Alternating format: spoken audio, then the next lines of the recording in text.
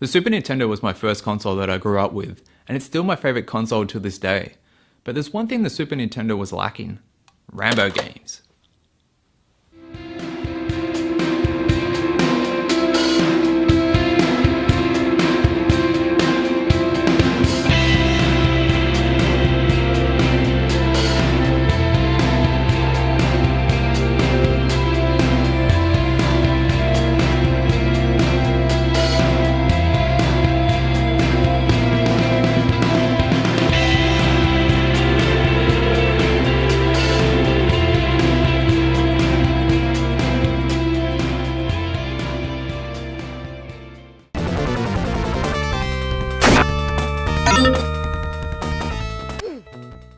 Where were all the Rambo games for the Super Nintendo? I mean, Sega did have its fair share of Rambo games, and even the NES did, but nothing for the blast process in Powerhouse.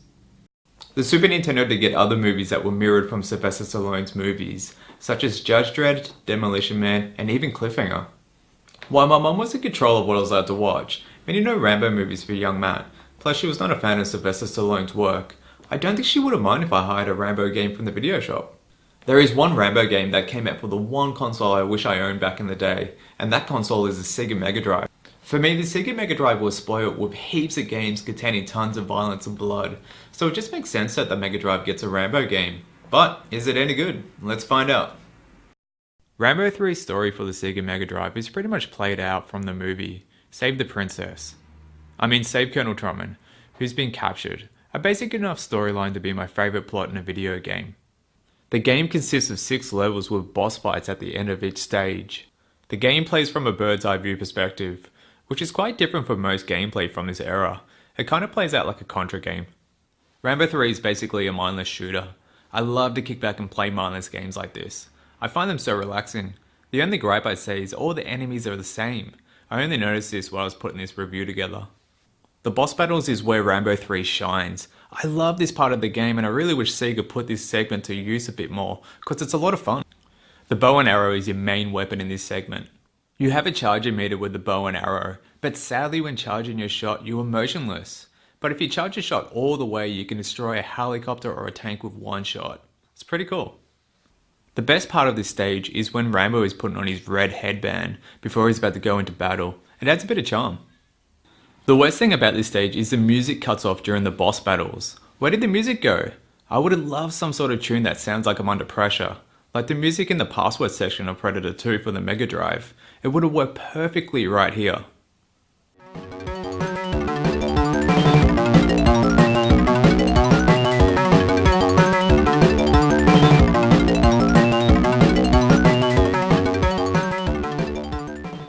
The levels in Rambo 3 are quite short. I completed the first stage in under 2 minutes while playing on normal, so it's best if you boost up the difficulty for a better experience.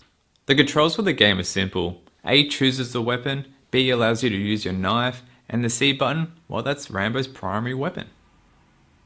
If you select the bow and arrow you can charge your shot, but it's not my favourite weapon that I like to use. I'll go into that next. Rambo has a few weapons that will help you along the way. Rambo's main gun, time bombs, a knife, and a bow and arrow. The bombs are helpful while going up against armed turrets and getting through gates. The knife is great if you want some extra lives due to the enemies dropping certain items when you use the knife on them. The bow and arrow deals a great deal of damage, but I use it the least out of the 3. Being motionless while charging your shot leaves you open to taking some damage, so it gets the least use from me. You can get by without it, but don't tell Rambo. It would have been nice if Rambo could pick up and use other weapons, but it is what it is. Rambo 3 uses almost like digitized graphics, but it really looks like cutout graphics. It can be seen in the intro and the boss battles. During the boss battle, this makes a helicopter look a bit weird. Rambo's animation looks like Rambo, and even in some levels he looks like he's ice skating. The game does have a small amount of cutscenes at the beginning and the end.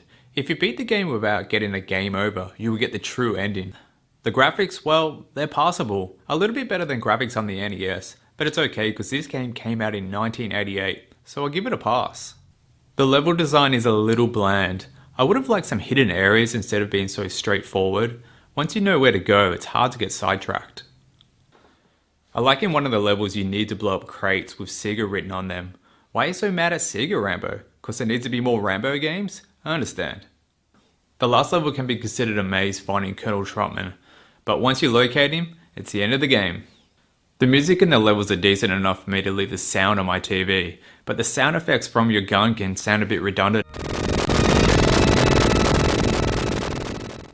Sega went with the color red for your bullets, and I don't really mind, but it's when the sound of your bullets come in contact with the enemies. It sounds weird. It almost sounds like a slap sound.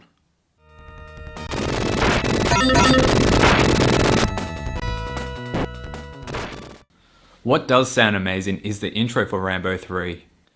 Rambo is pointing a bow and arrow at you like you're the enemy. It's pretty cool and a little scary. I only say scary because of the sound effects used during this intro is so loud. I bought Rambo 3 not expecting a groundbreaking game. I bought Rambo 3 due to watching First Blood a few years ago and really enjoying the movie, so I thought I'd pick up a Rambo game since they weren't that expensive. I haven't seen Stallone's third installment, so I thought I'd check the game out. For what it's worth, Rambo 3 is just some mindless fun. It's not meant to be groundbreaking. The value in the game is in the multiplayer. Get your friends together, boost up the difficulty, and you're in for a great night.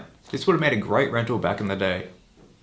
If you're a fan of games like this, I'd say pick it up if you come by it cheap. I'm sure you'll enjoy it, and it looks great in your Sega collection due to the Macho cover art.